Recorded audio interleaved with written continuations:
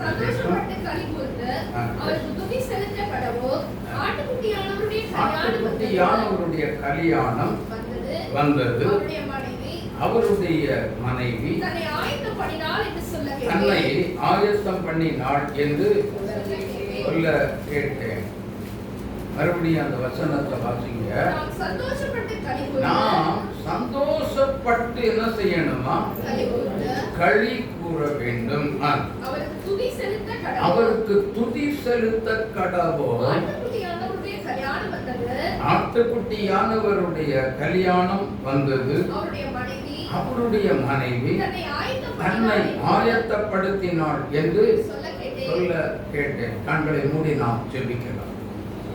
எங்களை நேசிக்கிற எங்கள் பரிசுத்தம் உள்ள தேவனே, எங்கள் ஆண்டவரே, சர்வ வல்லமை உள்ள தெய்வமே, அப்பா, இந்த வேலைக்காக நன்றி உள்ள இருதயத்தோடு நாங்கள் உம்மை துதிக்கிறோம், ஸ்தோத்தரிக்கிறோம்.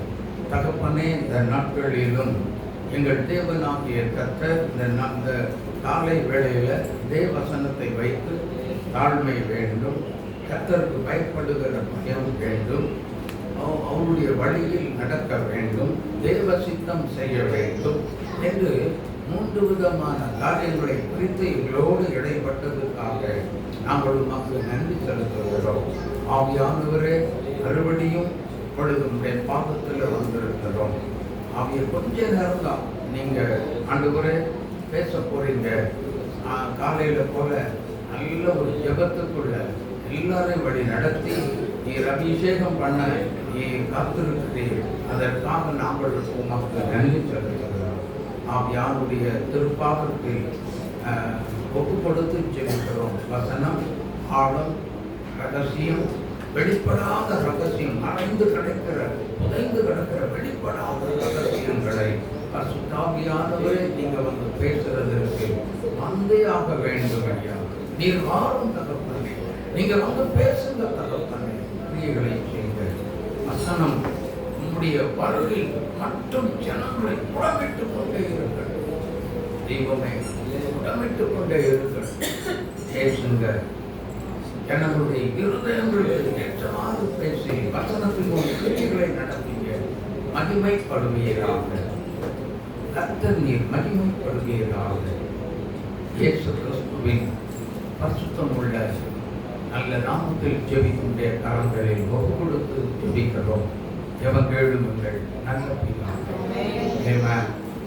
அல்லேலூயா, அல்லேலூயா. நான் மட்டும் பார்க்கிறேன் இந்த ஒரு பாடல். வேத புத்தகமே, வேத புத்தகமே, வேத புத்தகமே, விலை பெற்ற செல்வம் நீயே. வேத புத்தகமே, விலை பெற்ற செல்வம் நீயே. அல்லேலூயா. வேத புத்தகம் ரொம்ப விலையேறப்பட்டது. ஆமென். அதுல மனிதர்கள் என்னென்ன கேள்விகள் எல்லாம் இன்னைக்கு கேட்டுக்கொண்டிருக்கிறார்களோ அத்தனை கேள்விகளுக்கும் இந்த வேதத்திலே பதில் இருக்கிறது. அல்லேலூயா. கடைசி நாட்களிலே பலவிதமான வேதம் சொல்லுகிறது போல, மத்தேயு 24ஆம் அதிகாரத்தில் சொல்லப்பட்டது போல யுத்தங்களின் செய்திகளையும் என்ன செய்வீங்க? கேள்விப்படுவீர்கள். ஆனாலும் உடனே வராது. அப்ப என்னதான் வரும் அப்படின்னா, அந்த கிறிஸ்துவனுடைய ஒரு நாட்கள் வந்துட்டே இருக்குன்னு அர்த்தம். ஆமே. அப்போ இப்பவே என்ன செய்யறாங்க? ஒருத்தர் இந்த வழியில கூப்பிட்டு நில்லுங்க அப்படின்னு சொல்லி என்ன செஞ்சாங்க? என்ன வார்த்தை சொன்னாங்க? ஐயா, அர்மகதோன் யுத்தம் தொடங்கிடுச்சு. அர்மகதோன்னா என்னன்னு தெரியாம சொல்லிட்டாங்கன்னு நினைக்கிறேன். அல்லேலூயா. ஆமா, எல்லாமே நாட்டுக்கு நாடு என்ன, இஸ்ரவேலுக்கு விரோதமா பல நாடுகள் எழுப்பிடுச்சு. கிறிஸ்தவ நாடே எதிராக நிற்கிறது. ஆமே. எத்தனை நாடுகள் வந்து அந்த தேசத்தை அழிக்கணும்னு நினைச்சால் நடக்காத ஒன்று. ஆமே.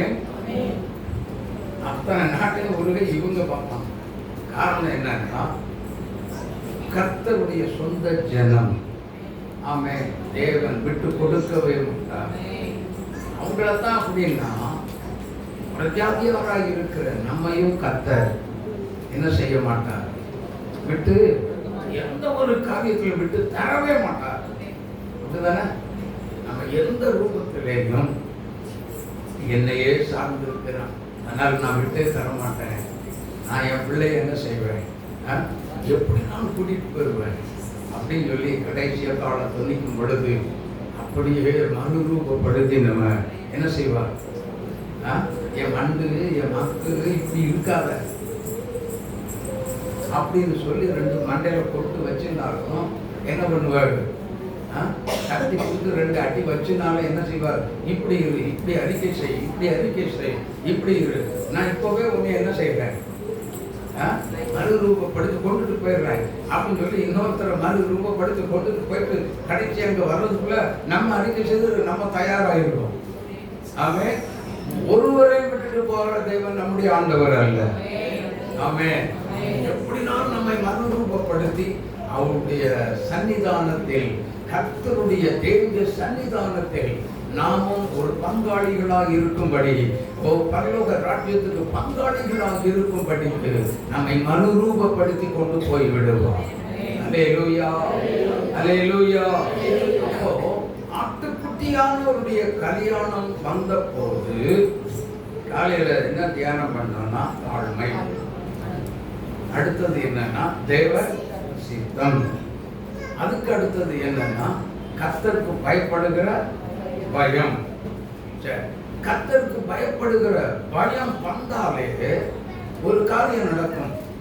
என்ன தெரியுமா? ஆசிங்கட எபேசியர் 5ஆம் அதிகாரம் 21வது வசனம்.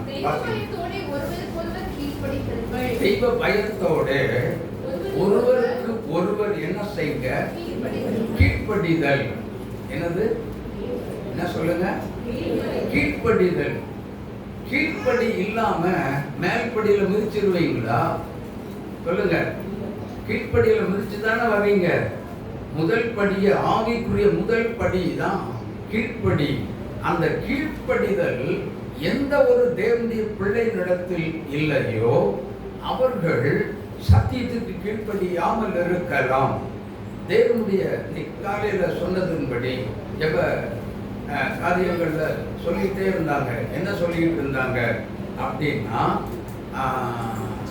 ஆவிக்குரிய வாழ்க்கையில தீர்க்க தரிசனத்தை உதாசீனம் பண்ணுகிறது அப்படின்னா அர்த்தம் என்னன்னா, கர்த்தருடைய வசனத்தை உதாசீனம் பண்ணுகிற ஒரு அனுபவம். கர்த்தருடைய வார்த்தை தீர்க்க தரிசனம் என்பது ஒரு கர்த்தருடைய வார்த்தை தான். ஆவியின் வேதம் சொல்லுகிறது, பரிசுத்த மனிதர்கள் பரிசுத்த ஆவியின் நிறைவினால் ஏவப்பட்டு பேசுகிறது தான் என்னது, தீர்க்க தரிசனம். இந்த தீர்க்க தரிசன வார்த்தையை யார் உதாசீனம் பண்ணுகின்றார்களோ அவர்கள் தீர்க்க தரிசனம் உரைக்கிறது யார் என்று சொன்னால் ஒரு ஊழியக்காரன் அல்ல, இது உரைக்கிறது ஆவியானவரே. அல்லேலூயா. அந்த ஆவியானவரை நாம் என்ன செய்கிறோம், உதாசீனப்படுத்துகிறோம். கீழ்ப்படிதல் இல்லாததுனால நாம் உதாசீனம் பண்ணுகிறோம். தேவன் அதை விரும்பவில்லை, அதை வெறுக்கிறார். அல்லேலூயா. தீர்க்க தரிசனம் யாருக்கு வந்தாலும் சரி, தயவு செய்து ஒரே நொடியில என்ன செய்யுங்க, ஆண்டவரே எனக்கு இப்படிப்பட்ட ஒரு காரியம் வந்திருக்குதா, நீங்க எனக்கு இந்த காரியங்களை நீங்க சொல்லியிருக்கீங்க, இதை நான் மனசுல வச்சு என்ன செய்யறேன், ஜெபிக்கிறேன். எனக்கு நீங்க என்ன செய்யுங்க, இந்த சூழ்நிலை எனக்கு வந்துடாதபடி காத்துக்கொள்ளுங்க. ஒரு அபிஷேக ஆராதனையில் ஒரு வாலிப மகளை குறித்து ஒரு தீர்க்க தரிசனமான வார்த்தை வந்து ஞாபகம் எனக்கு இன்றைக்கும் இருக்கிறது. ஆனால் என்ன வார்த்தை என்று சொன்னால், உன்னை மரணம் என்னும் மேகம் சூழ்ந்து கொண்டிருக்கிறது, மிகுந்த எச்சரிக்கையாக இரு. எங்கேயோ டூர் போனாங்க. போன இடத்துல கடல்ல போய் குளிச்சிருக்காங்க. குளித்த உடனே இந்த வாலிப மகளையும் இன்னொரு கூட சேர்ந்த இன்னொரு 2-3 பேரும் பிடிச்சி எடுத்துட்டு போயிடுச்சு. ஆனால் அதில் தப்பிச்சது 2 பேர் மட்டும்தான், இந்த பொண்ணு இன்னொரு பொண்ணு. மீதி எல்லாரும் என்ன பண்ணாங்க? மடிந்து போனார்கள், மாண்டு போனார்கள். யோசித்து பாருங்க.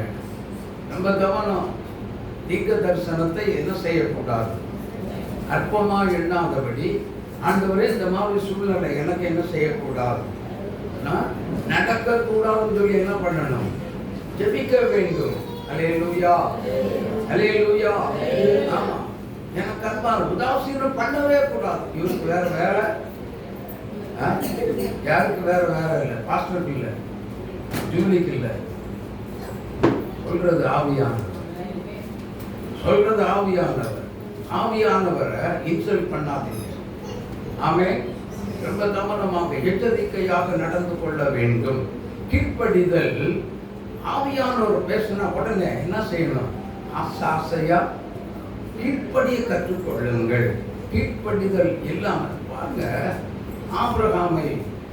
ஆபிராமை பார்த்து கர்த்தர் சொன்னார், நீ உன் தேசத்தையும் உன் இனத்தையும் உன் தகப்பன் வீட்டையும் விட்டு நீ என்ன செய்ய, நான் காண்பிக்கும் தேசத்துக்கு நீ போ அப்படின்னு சொல்லி சொன்ன போது ஆபிரகாம் என்ன பண்ணார்? வேதம் சொல்லுகிறது, தான் இன்ன தேசத்திற்கு போகிறேன் என்று அறியாதபடிக்கு கடந்து போனார். அப்ப நிபந்தனையின்றி கீழ்ப்படிந்த ஆபிரகாம். ஆமென். அப்ப நம்ம என்ன செய்யறோம்? நாம என்ன செய்யறோம்? இவருக்கு வேற வேலை, அதை வச்சு ஜபிக்கிறதும் கிடையாது. அப்புறம் அது ஜபிக்காத பட்சத்தில் அது என்ன நடக்கும்? நிறைவேறாது. மாஸ்டர் சொன்ன தீர்க்க தரிசனம் கடைசியில் எப்படி பாருங்க, கம்ப்ளைண்ட் இப்படிதான் வரும், நிறைவேறது இல்லை. அந்த தீர்க்க தரிசனத்தை பிடிச்சு வச்சுக்கிட்டு நீங்க ஜெபம் பண்ணி பாருங்க, தெரியும். அல்லேலூயா. கர்த்தருடைய வார்த்தை உங்களுடைய வாழ்க்கையில நிறைவேற வேண்டும். அது கீழ்ப்படிந்தால் மாத்திரமே நிறைவேற்றப்பட வேண்டும், நிறைவேறும். ஆபிரகாம் எங்க போனாரு? அவருக்கு போற இடமே தெரியாதபடி போயிட்டு இருக்கிறாரு. எங்க கொண்டு போய் சேர்த்தாரு? கானான் தேசத்துக்கு தான் ஆளா போய் கானான் பாலும் தேனும் ஓடுகிற செழிப்பான அந்த தேசத்துக்குள்ள ஆபிரகாமை கர்த்தர் கொண்டு போகிறார். ஆமென். அப்போ நானும் நீங்களும் கர்த்தருடைய வார்த்தைக்கு கீழ்ப்படிந்தால் நமக்கும் ஒரு தேசம் இருக்கிறது, ஒரு நல்ல ஒரு வாழ்க்கை இருக்கிறது, ஒரு செழிப்பான பாலும் தேனும் ஓடுகிறதை போன்ற ஒரு நல்ல வாழ்க்கை எனக்கும் உங்களுக்கும் கர்த்தர் வைத்திருக்கிறார். ஹல்லேலூயா. ஒரு செழிப்பான ஒரு வாழ்க்கை. ஹல்லேலூயா.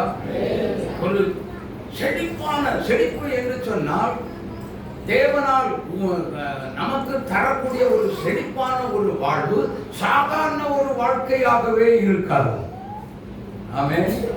கொஞ்ச நாள் செழிப்பு, அதுக்கப்புறம் இளையகுமாரன் கொஞ்ச நாள் செழிப்பாக தான் இருந்தார். தாப்பனை விட்டுட்டு போனதுக்கு அப்புறம் கொஞ்ச நாள் என்ன பண்ணார்?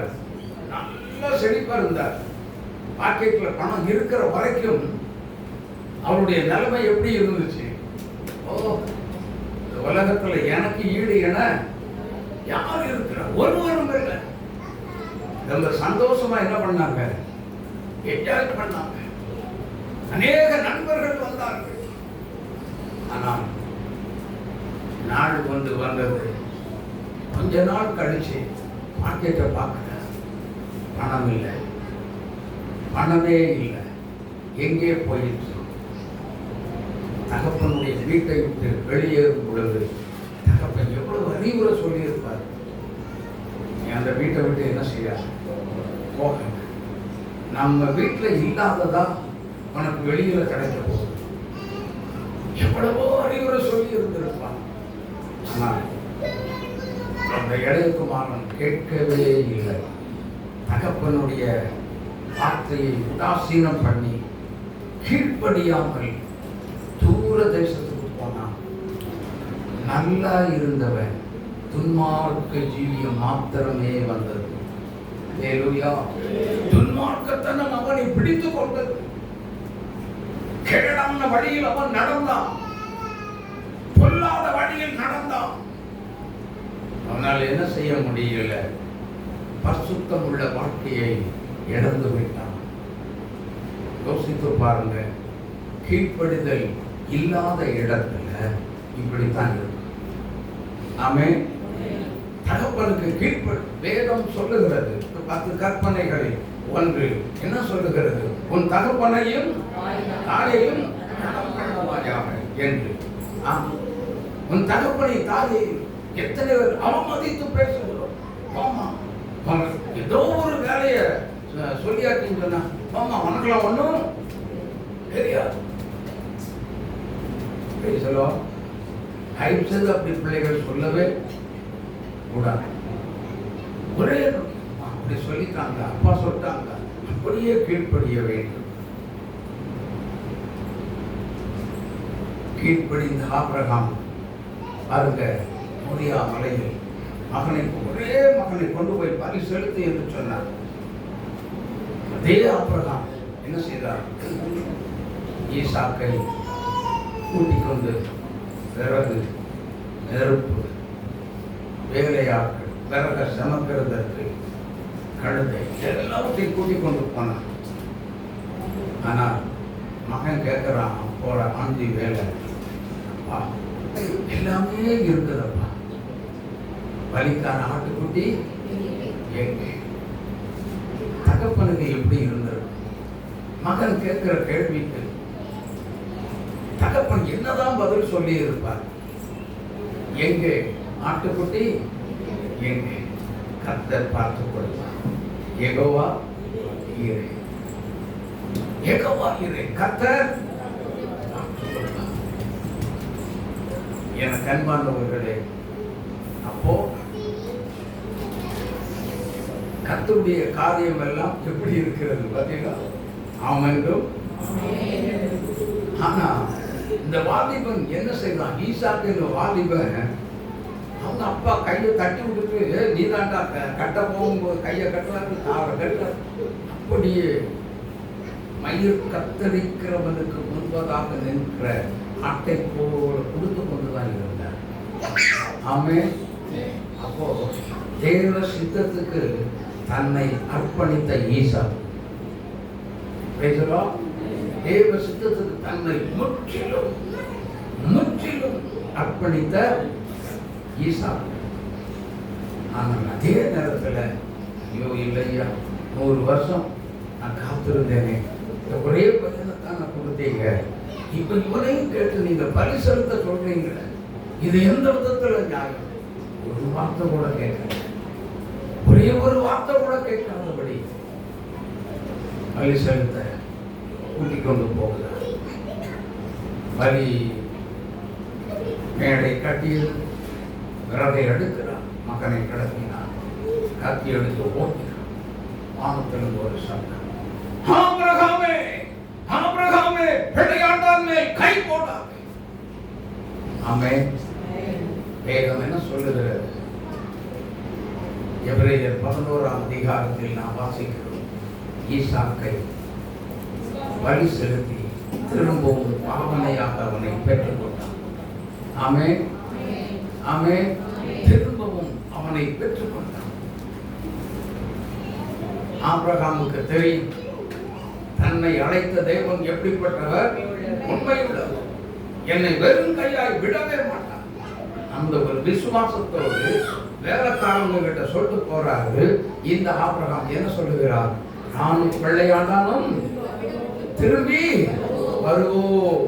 இந்த விசுவாசத்துக்குள்ள நம்ம வரணும். ஆமென்.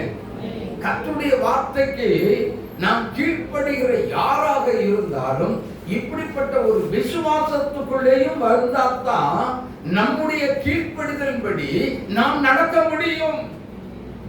இல்லாவிட்டால் வழி தவறிடுவோம். தவறக்கூடிய சான்ஸ் ஏராளமா இருக்கிறது. சான்ஸ் உடனே உருவாக்கிடுவான். ஆனபடி நாம் அதிலிருந்து தப்பி பிழைத்து போவதற்காக நாம் ஆபிரகாமை போல ஒரு விசுவாச வீரனாய் பிசாசுக்கு முன்னே நின்று கொண்டிருக்க வேண்டும். அல்லேலூயா. அப்படி நின்றாதான் அவன் நம்ம பக்கத்துல வரமாட்டான். விசுவாசத்தினால் சாத்தானை என்ன செய்ய வேண்டுமா? எதிர்த்து நிற்க வேண்டும் என்று வேதம் சொல்லுகிறது. அப்ப எதிர்த்து நிற்கணும். அவனை எதிர்த்து நிற்க வேண்டுமானால் நமக்கு விசுவாசம் தேவை. என்ன விசுவாசம்? சாசே என்ன நீ என்னைய உன்னால ஒண்ணுமே செய்ய முடியாது. எடுத்த எடுப்பிலேயே ஆவியானவர் தம்முடைய சீஷர்களுக்கு இயேசு கிறிஸ்து ஒரு அதிகாரத்தை கொடுத்தார். என்ன அதிகாரம்? பிசாசு மேல தான் அதிகாரத்தை கொடுத்தாரு. அப்படித்தானே? அப்ப நம்ம பிசாசை கண்டுட்டு நடுங்க எப்படி இருக்கும் சொல்லுங்க? பிசாசை கண்டு பயப்படலாமா? ஐயா சொல்லுங்க. இங்க மக்கள் ஆண்கள் வரிசையில டாட்டா காமிக்கிறாரு. ஹல்லேலூயா. ஆமா, யாருக்கு? பிசாசுக்கு தான் டாட்டா காமிக்கிறார். ஆமென். ஆமா, பருப்புங்க வேகாது. ஹல்லேலூயா, ஹல்லேலூயா. உண்மைதான்.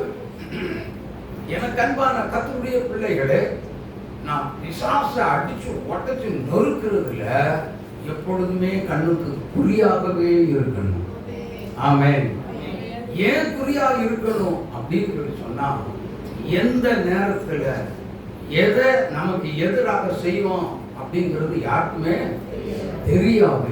ஆனபடியினால தேவனுக்கும் நமக்குள்ள ஒரு உறவை துண்டிப்பதற்காகவே அவனுடைய நோக்கமே என்ன அப்படின்னு சொல்லி சொன்னா, ஆண்டவருக்கும் நமக்குள்ள ஒரு உறவை என்ன பண்ணிடணும்? விரிசல் உண்டாக்கி வச்சிடணும். ஆமென். அதுதான் அவனுடைய பிரதானமான ஒரு நோக்கம். அதனால தேவையில்லாம மனசுல சோர்வு, கவலை, சஞ்சலம் எல்லாத்தையும் கொண்டு போட்டுருவான். தேவையில்லாம யோசிச்சுட்டு உட்கார்ந்து சஞ்சலப்பட்டு உட்கார்ந்துட்டு இருப்போம். அப்படிதானே? எனக்கு அன்பான தேவனுடைய பிள்ளைகளே, காரியமான காரியம் இருக்காது. வீட்டுக்குள்ள சண்டையை உண்டாக்கிடுவான், உருவாக்கி விட்டுருவான், வேதனை உண்டாக்கி விடுவான், சஞ்சலத்தை உண்டாக்கி விடுவான், துயரத்தை உண்டாக்கி விடுவான். அப்ப என்ன நடக்கும்? வீட்டுல என்ன நடக்கும்? சுனாமி தான். அதுக்கு நம்ம என்ன செய்யக்கூடாது? இடமே தரக்கூடாது. அல்லேலூயா, அல்லேலூயா, அல்லேலூயா. ஒருத்தர் கோவப்பட்டாச்சுன்னா ஒருத்தர் அப்படியே என்ன செய்யுங்க, அமைதலா அப்படியே சைலண்டா போயிட்டே இருந்தார். யாருக்குமே எப்பொழுதுமே பிரச்சனைங்கிறது எந்த குடும்பத்துக்குள்ளேயும் வராது. அதனால தான் எபேசியர் 5:21 கணவன் மனைவிக்கு ஒரு அறிவுரை சொல்லுகிறாரு. தெய்வ பயத்தோட என்ன செய்யணுமா? ஒருவருக்கொருவர் கீழ்ப்படிந்திருக்க வேண்டும். ஆமென், ஆமென். அந்த கீழ்ப்படிதல்ல தான் நம்முடைய குடும்பத்துக்கு உரிய ஆசீர்வாதங்கள் உள்ளே இருக்கிறது. அல்லேலூயா. கீழ்ப்படியாதவர்களுக்கு கர்த்தருடைய ஆசீர்வாதத்தை ஒருபோதும் சுதந்திரிக்க முடியவே முடியாது. அல்லேலூயா. அப்போ நம்ம எல்லாருக்குள்ளேயும் நம்முடைய குடும்பத்துக்குள்ளே தேவனுடைய ஆசீர்வாதம் வேண்டுமானால் என்ன வேணும் தெரியாதா? சொல்லுங்க. இங்க இருந்து கீழ்ப்படிதல். ஆண்டவர் பலியை பார்க்கிலும் கீழ்ப்படிதலே மிகுந்த அவசியம் என்று சொல்லி இருக்கிறார். கீழ்ப்படிதலை தான் கர்த்தர் எதிர்பார்க்கிறார். ஆமென். நான் 1000 ஸ்தோத்திர பலி சொன்னேங்க. என் ஜெபம் கேட்கப்படல. நீ 1000 என்ன 10,000 சொன்னாலும் சரி, கர்த்தருடைய வார்த்தைக்கு கீழ்ப்படிந்தாயா இல்லையா? அது இல்லாத பட்சத்துல 1000 இல்ல, 10,000 இல்ல, 10 லட்சம் ஸ்தோத்திர பலி செலுத்தினாலும் கீழ்ப்படிதல் இல்லாதவனுடைய ஜெபம் அருவருப்பு. அந்த ஜெபம் கேட்கப்படாது. ஆமென், ஆமென். இது எப்படிங்க கேட்கப்படும்? என் வார்த்தைக்கு நீ என்ன செய்யறது இல்ல, கீழ்ப்படுகிறது இல்ல. அப்போ நாம வார்த்தைக்கு எப்படி நான் செவி கொடுப்பேன்? கேட்கவே மாட்டா. ஆமென், அல்லேலூயா. எனக்கு அன்பான தேவனுடைய பிள்ளைகளே, அப்படியானால் இன்றைக்கு நம்முடைய வாழ்க்கையில, நம்முடைய ஆவிக்குரிய வாழ்க்கையில நாம் எந்த அளவுக்கு தேவனுக்கு முன்பதாகவும் கர்த்தருடைய வார்த்தை வந்த உடனே கீழ்ப்படிந்து இருக்கிறோமா இல்லையா? சொல்லுங்க பார்க்கலாம். இன்னைக்கு அப்படி கீழ்ப்படிந்து இருந்திருந்தால் இன்னைக்கு சரியான ஒரு தீர்க்கதரிசியாகவோ அல்லது ஒரு அப்போஸ்தலனாகவோ அல்லது ஒரு மெய்ப்பனாகவோ அல்லது ஒரு போதகனாகவோ கர்த்தர் உங்களை எழுப்பி இருந்திருப்பார். அல்லேலூயா. அல்லது நீங்க எந்த ஊருக்குள்ள இருக்கிறீங்களோ அந்த ஊருக்குள்ள உங்களை வச்சு ஒரு எழுப்புதலை கர்த்தர் உண்டாக்கி இருப்பார். அல்லேலூயா. எழுப்புதல் உங்களை வச்சு வந்திருக்கும். அப்போ தெய்வ பயமும் இல்ல, அடுத்தது என்னது, கீழ்ப்படிதலும் இல்ல. அந்த இல்லாத பட்சத்துல அந்த குடும்பத்துக்குள்ள ஆசீர்வாதமும் இல்ல. அல்லேலூயா, அல்லேலூயா. தேவ சித்தம் செய்கிற இடத்துல அவசியமாக கீழ்ப்படிதல் வந்துவிடும். வந்துருமா? வருமா வராதா? எத்தனை பேர் விசுவாசிக்கிறீங்க? ஆமென். கீழ்ப்படிதல் இருக்கிற இடம், தேவ சித்தம் செய்கிறவங்க கீழ்ப்படிதல் கண்டிப்பா வந்துடும். ஆமென். எந்த பலிய காட்டிலும் கீழ்ப்படுதல் மிக மிக அவசியம் ஒரு கர்த்தருடைய பிள்ளைகளுக்கு. ஆமென், ஆமென். நல்ல ஆவிக்குரிய கிறிஸ்தவர்களுக்கு பலி செலுத்துகிறத காட்டிலும் கீழ்ப்படிதல் மிக மிக அவசியம். ஆகவே நாம் கீழ்ப்படிக கற்றுக்கொள்வோம். நிச்சயமாகவே அந்த நம்மை உண்டாக்கி நம்மை பெயர் சொல்லி அழைத்து நம்மை உருவாக்கின ஆவிக்குரிய வாழ்க்கையில நம்மை உருவாக்கின தேவனாகிய கர்த்தர் என்ன செய்வார்? நம்மை கட்டாயம் என்ன செய்வார்? சொல்லுங்க. ஆசீர்வதிப்பார்.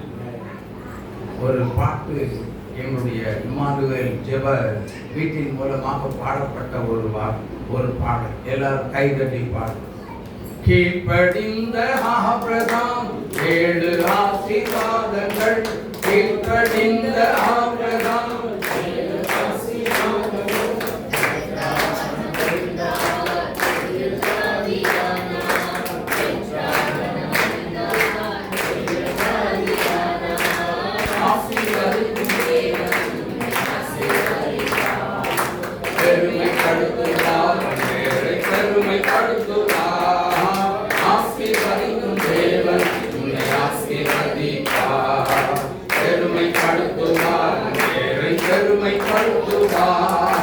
கர்த்தருக்கு பயப்பட்டால் நிச்சயம் ஆசீர்வாதம். கர்த்தருக்கு பயப்பட்டால் நிச்சயம் ஆசீர்வாதம்.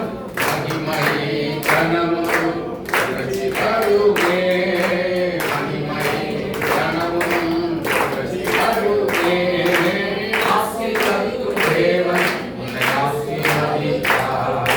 பெருமைப்படுத்துவார், பெருமைப்படுத்துவார். ஆசீர்வதிக்கும் தேவன் உன்னை ஆசீர்வதிப்பார். பெருமைப்படுத்துவார், உன்னை பெருமைப்படுத்துவார். அல்லேலூயா.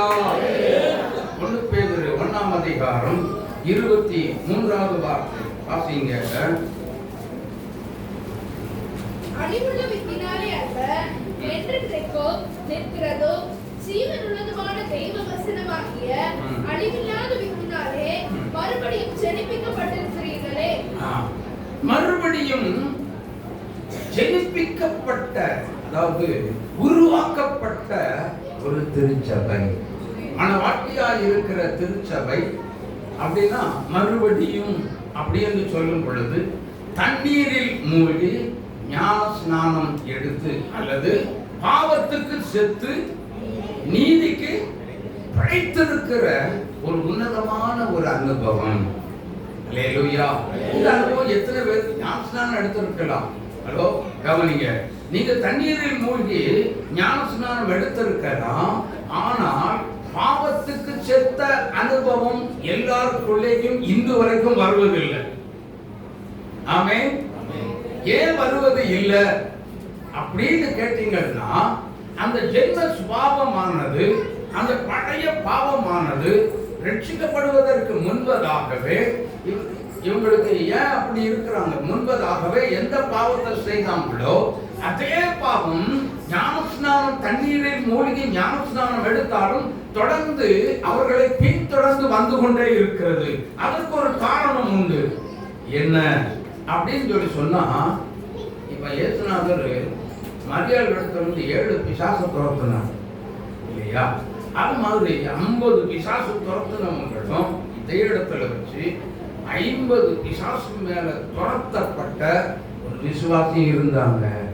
ஆனா சபைக்கு ஒழுங்கா என்ன செய்யறது இல்லை, கீழ்ப்படிதல் இல்லை. என்ன இல்லை? எங்கிருந்து அந்த குடும்பம் ஆசீர்வதிக்கப்படும்? எங்கிருந்து ஆவிக்குரிய ஆசீர்வாதத்தை பெற்றுக்கொள்ள முடியும்? யோசித்து பாருங்க.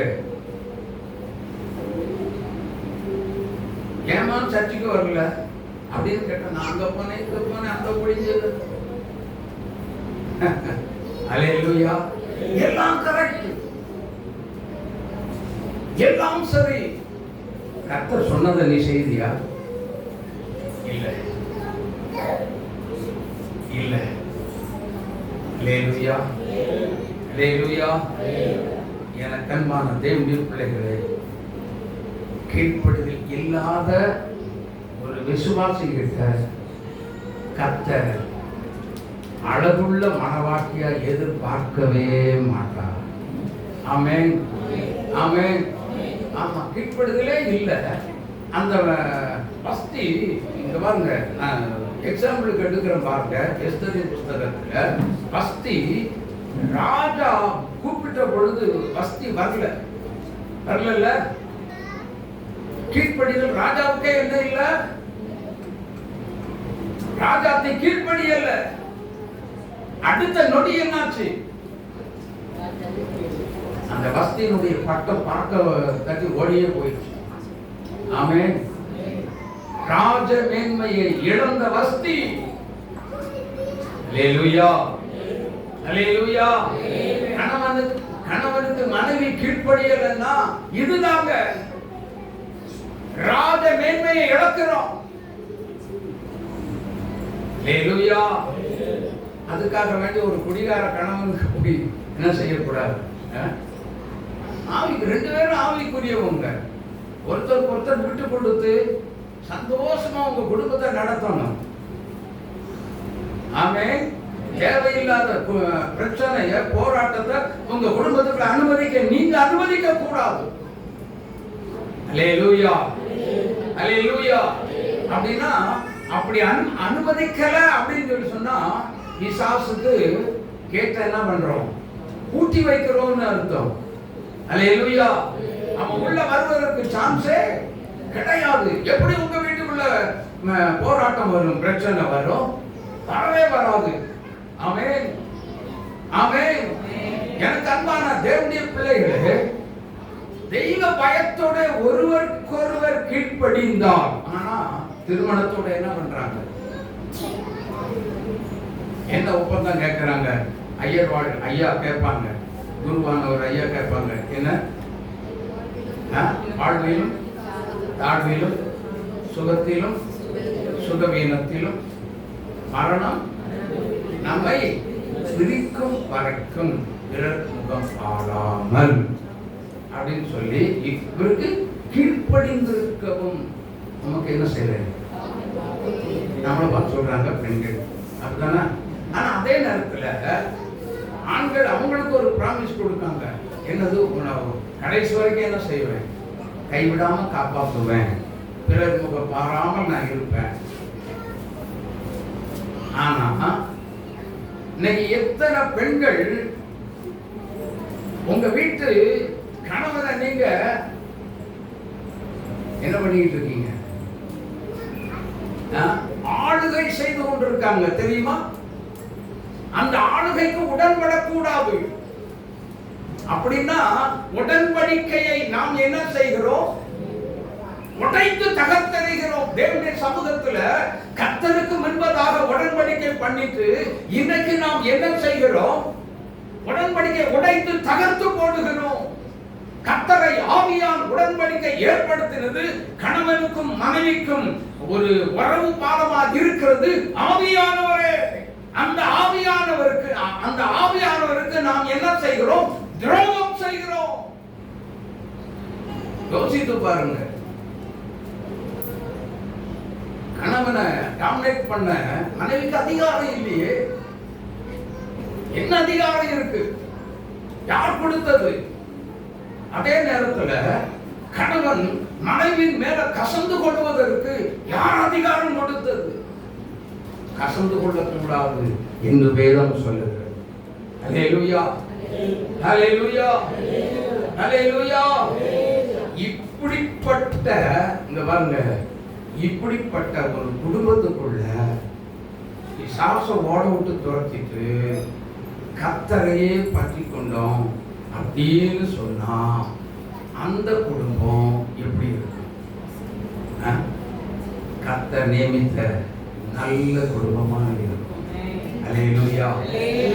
இயேசுவின் குடும்பம் ஒன்றே ஒன்றே, அன்பு நிறைந்தேடும் இடம் ஒன்றே. இயேசுவின் குடும்பம் ஒன்றே ஒன்றே, அன்பு நிறைந்தேடும் இடம் ஒன்றே. பாவமில்லை, அங்கு சாபமில்லை, வியாதி இல்லை, கடும் பசியும் இல்லை. எல்லாரும் பாடுவோம், கையில் பாடுங்க.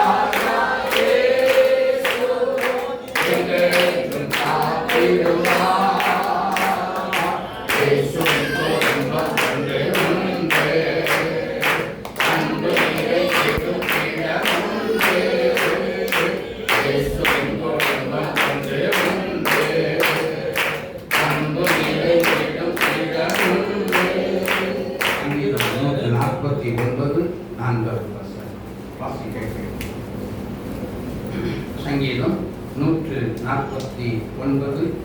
கர்த்தர் தம்முடைய ஜனத்தின் மேல் பிரியம் வைக்கிறார். நல்லா புரிஞ்சுக்கோங்க. கர்த்தர் தமது ஜனத்தின் மேல் பிரியம் வைக்கிறார். சாந்த குணமுள்ளவர்களை ரட்சிப்பினால் அலங்கரிப்பார். சாந்த குணமுள்ளவர்களை ஒரு அலங்காரம் இருக்கிறது. ஆமென். ரட்சிப்பின் அலங்காரம். நாம் ரட்சிக்கப்பட்டாலே நல்லா புரிந்து கொள்ளுங்க, மனவாட்டியாய் இருக்கிற திருச்சபைக்கு ஒரு அலங்காரம் கொடுக்கப்படுகிறது, ஒரு ஜோடனை கொடுக்கப்படுகிறது.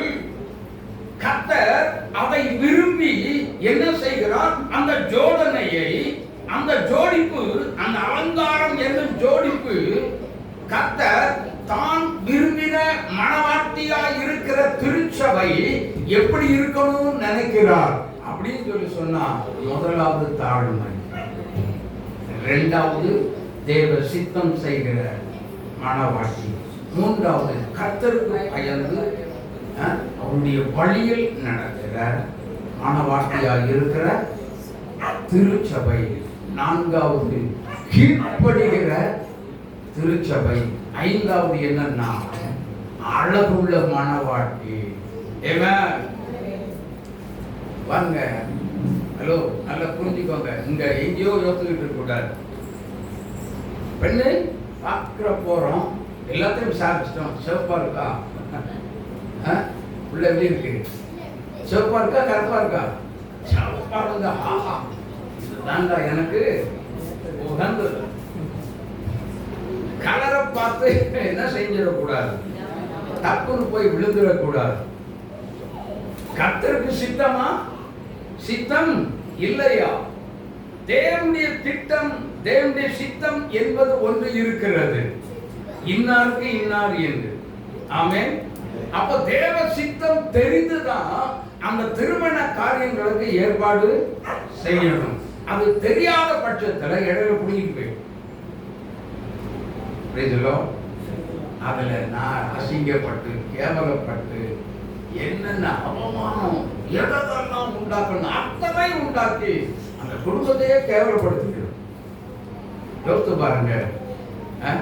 ஆனா தேவன் இழைத்தது அப்படியா இருக்குமா? அப்படி இருக்குமா? அல்லேலூயா. அதே நேரத்துல நல்லா புரிஞ்சுக்கோங்க. இப்பவும் சொல்றேன், தயவு செய்து நல்ல கிறிஸ்தவங்க, ஆவிக்குரிய கிறிஸ்தவங்க டவுரியை வாங்காதீங்க. வேதத்தை நல்லா படிச்சீங்கன்னா வாங்க மாட்டீங்க. பெண் வீட்டுல தயவு செய்து வாங்கவே மாட்டீங்க. மாப்பிள்ளை தான் பெண்ணுக்கு கொடுத்திருக்கிறார். யாரு? ஈசாக்கு தான் கொடுத்திருக்கிறார். ஆமென். இத்தனை லட்சம் வேணும், இத்தனை கார் வேணும், எங்க கொண்டு போய் குப்பையை கொண்டு போறது? ஆமென், ஆமென். நல்லா நினைச்சு பாருங்க. அவங்க எவ்வளவு, அதுவும் அவங்க 30 பவுன் போடுறீங்க. ஓகே சரி ரைட், உங்க பிள்ளைக்கு என்ன போடுறீங்களோ. ஆஹா, எனக்கு நான் என் மூத்த பிள்ளைக்கு என்ன போட்டிருக்கிறேன், 50 பவுன் போட்டிருக்கிறேன். அதனால எனக்கும் என்ன செய்யணும்? இதனாலேயே தேவ சித்தம் உள்ள அந்த திருமணம் அப்படியே ஸ்டாப் ஆகும். யோசித்து பாருங்க. அப்புறம் 100 பவுனுக்கு ஒன்று வருது. வந்ததை என்ன செய்யறாங்க? தப்புன்னு பேசி ஒழுங்கு பண்றாங்க.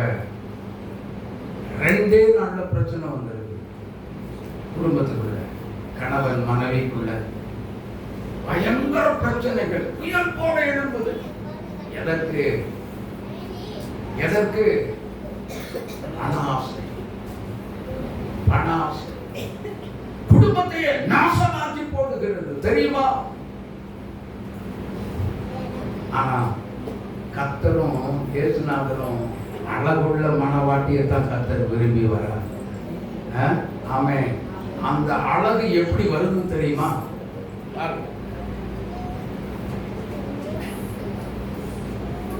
அல்லேலூயா. அந்த அழகு எப்படி வருதுன்னா, இது என்னது? நாட்டுக்கோழி முட்டை. யாராவது வாங்கிக்கிறீங்களா? இந்த நாட்டுக்கோழி முட்டை உடைச்சி யாராவது குடிக்கிறீங்களா? நீங்க நினைச்சாலும் இதை குடிக்க முடியாது. அப்ப இது என்னது? This is a stone. கல்லு. இத ஒண்ணுமே, ஆனா பாக்குறதுக்கு எப்படி இருக்கு? எப்படி இருக்கு? நாட்டுக்கோழி முட்டை மாதிரியே இருக்கு. ஆமென். ஆனா இந்த உருவத்தை அடைகிறதுக்கு என்னென்ன பாடுபட்டிருக்கும் தெரியுமா?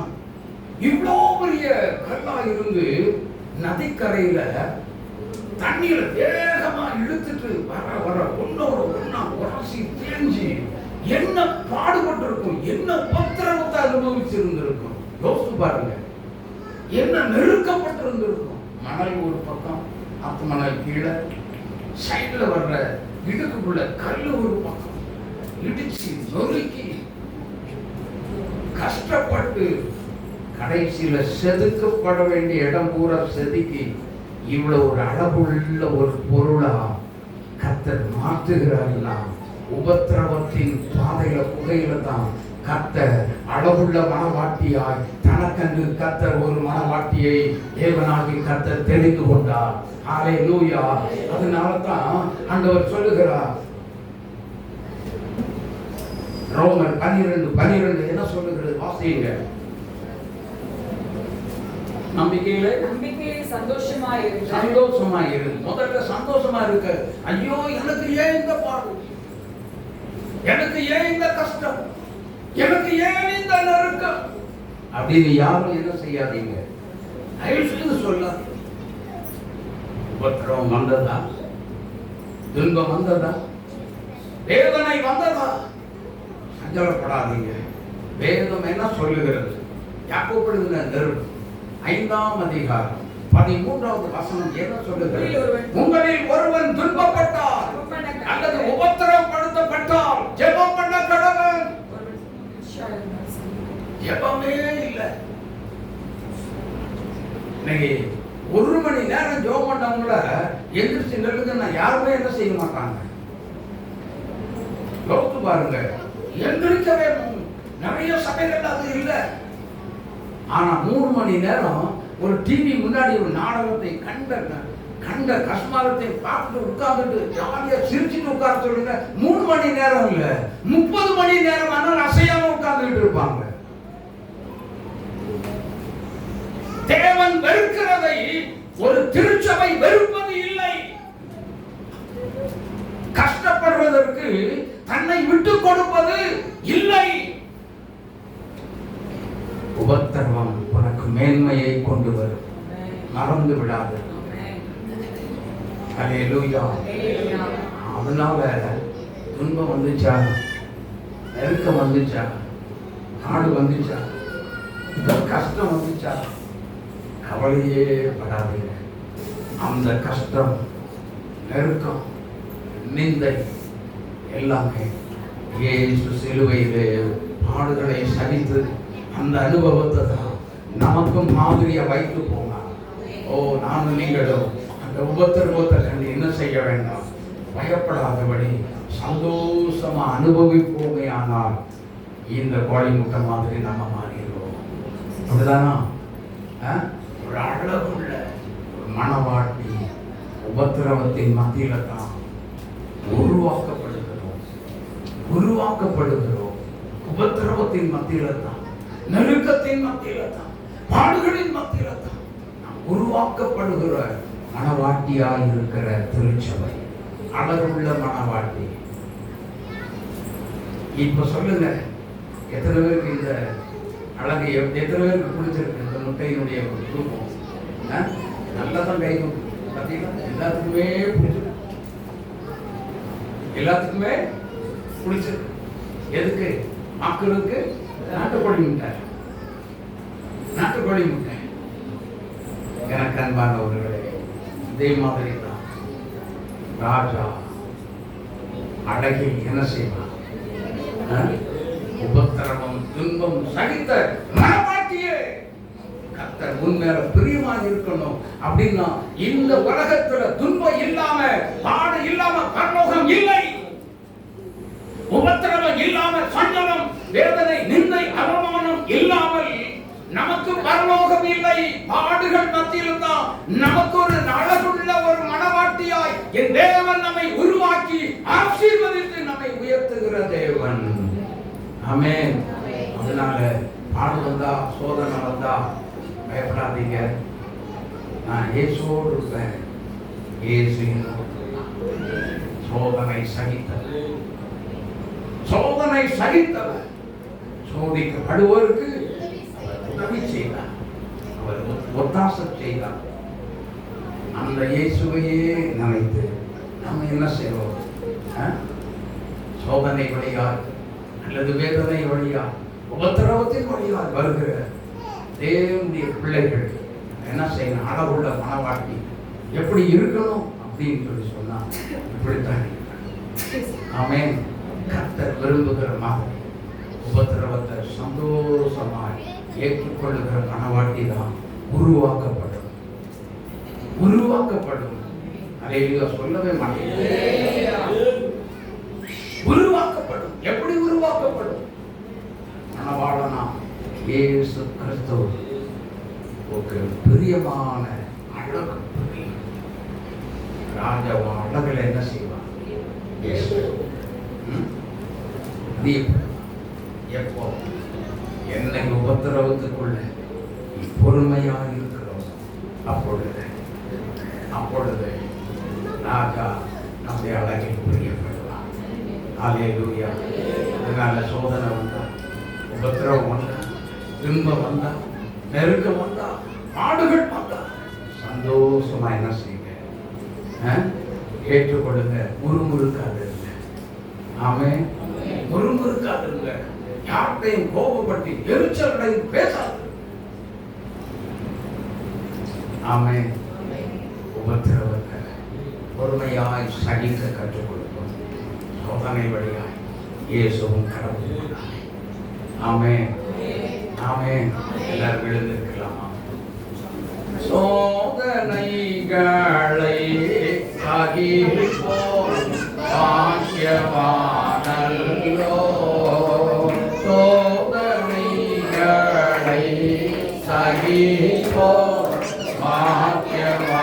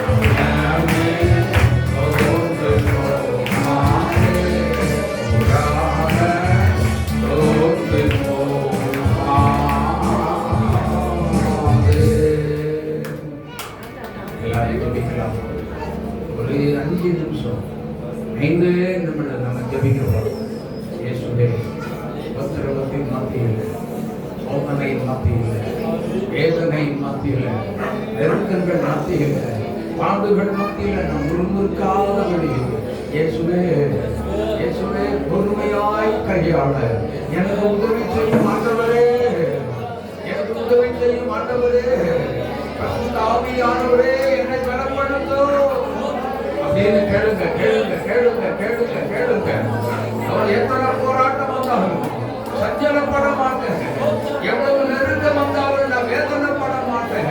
இயேசுவே அவர் நான் பொறுமையாயிருந்து பொறுமையாயிருக்க என்னை பலப்படுத்தும் அப்படின்னு சொல்லி ஜெபம் பண்ணுங்க ஜெபம் பண்ணுங்க ஜெபம் பண்ணுங்க ஜெபம் பண்ணுங்க ஜெபம் பண்ணுங்க ஜெபிங்க ஜெபிங்க ஜெபிங்க ஜெபிங்க.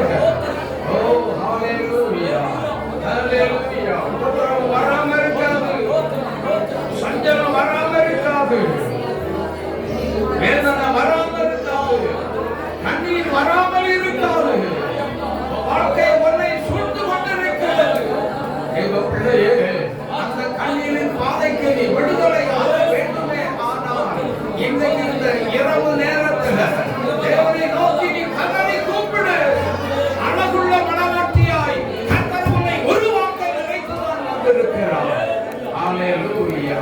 கண்ணீரோடு கேளுங்க, கண்ணீரோடு கேளுங்க, கண்ணீரோடு கேளுங்க.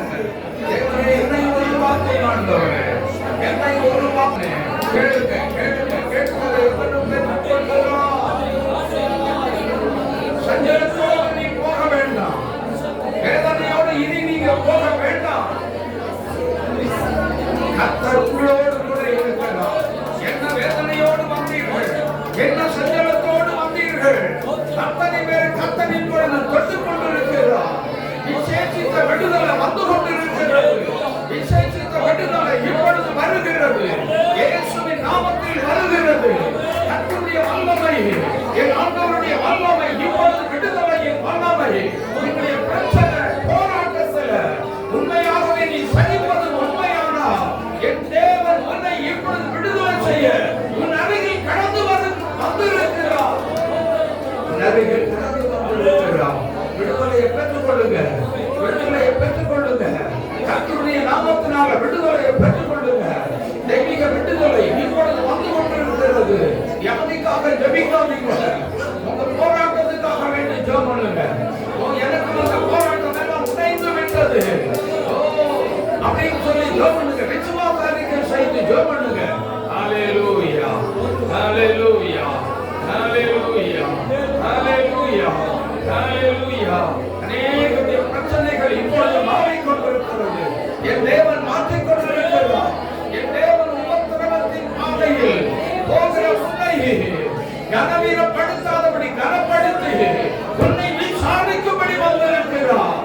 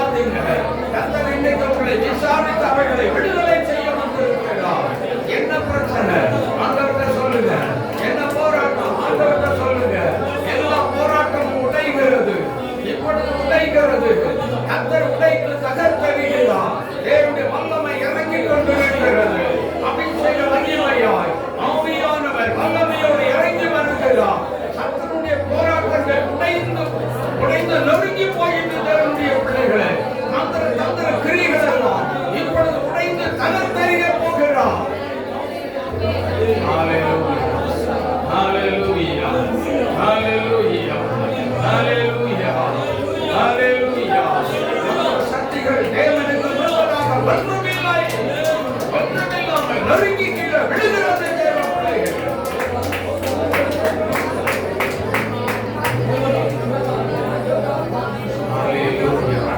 சந்தோஷமா ஜெபத்தை நிறுத்தாதீங்க.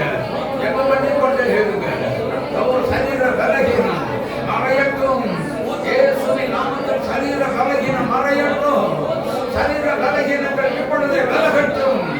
இயேசுவின் நாமத்தில் விலகி போகட்டும். கர்த்தருடைய வல்லமை இறங்கி ஒரு பெரிய விடுதலை உண்டாகட்டும். இப்பொழுது mighty Lord, Almighty God, உம்மை துதிக்கிறோம்.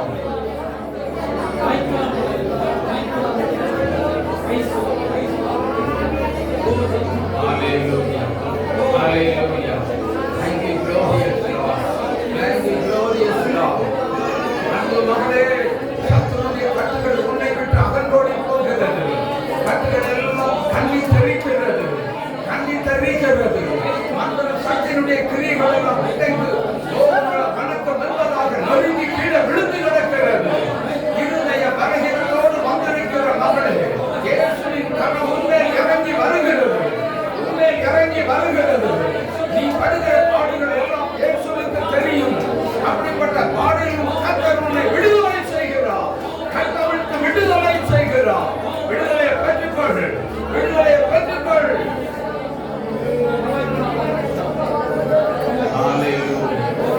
Hallelujah. Hallelujah. Hallelujah. Thank you, Jesus. Thank you, Jesus. நன்றி இயேசுவே. நன்றி இயேசப்பா. ஸ்தோத்திரிக்கிறோம். துதிக்கிறோம். எல்லாரும் ஸ்தோத்திரம் பண்ணுங்க. எல்லாருடைய பிரச்சனைகளும் கர்த்தர் மாற்றி இருக்கிறார். ஸ்தோத்திரம் பண்ணுங்க. கர்த்தர் துதிங்க. எல்லாருடைய பிரச்சனை மாறி இருக்கிறது. ஆண்டவர் மாற்றி இருக்கிறார். விடுதலை வந்துவிட்டது. தேவன் கரம் நீட்டி ஆண்டவர் கொண்டிருக்கிறார். தேவன் கொண்டிருக்கிறார். பிரச்சனை போராட்டம் ஒழிந்து போயிட்டு கர்த்தர் விடுதலை கொடுத்து விட்டார். கர்த்தர் விடுதலை தந்து விட்டார். கரந்தட்டி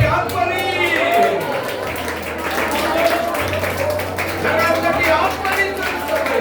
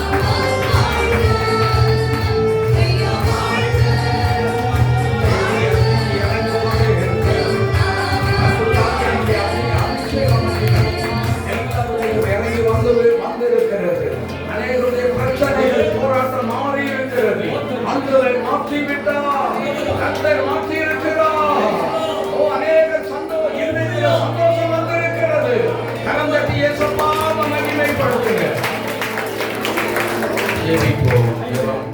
நல்ல பிதாவே, வேளைக்காக உம்மை துதிக்கிறோம். நல்ல வார்த்தைகளை தந்து எங்களை பலப்படுத்துறீங்க. உமக்கு நன்றி. அந்த பிள்ளைகள் எல்லாத்தையும் ஆசீர்வதித்து அனுப்புவீர்களா. காலையில் இந்த நிமிஷம் வரைக்கும் வாசித்து ஜெபித்த பிள்ளைகள் ஒவ்வொருவரையும் ஆசீர்வதிங்க. ஆண்டவரே, இப்பொழுது அந்த பிள்ளைகளையும் ஆசீர்வதித்து அனுப்புவீரா. வெறும் அனுப்பவே வேண்டாம். ஆசீர்வதித்து அனுப்புகிற மகிமைப்படுவீரா. இயேசுவின் நாமத்தில் பிதாவே. ஆத்மாவே கர்த்தரை ஸ்தோத்திரி. ஆத்மாவே கர்த்தரை ஸ்தோத்திரி. அவர் செய்த சகல பாவங்களை மறவாதே. ஆமென். நம்முடைய கர்த்தராகிய இயேசு கிறிஸ்துவின் கிருபையும் பிதாவாகிய தேவனுடைய அன்பும் பரிசுத்த ஆவியானவருடைய ஐக்கியமும் சகல ஆசீர்வாதமும் நம் அனைவரோடு கூட எப்போதைக்கும் இருப்பதாக.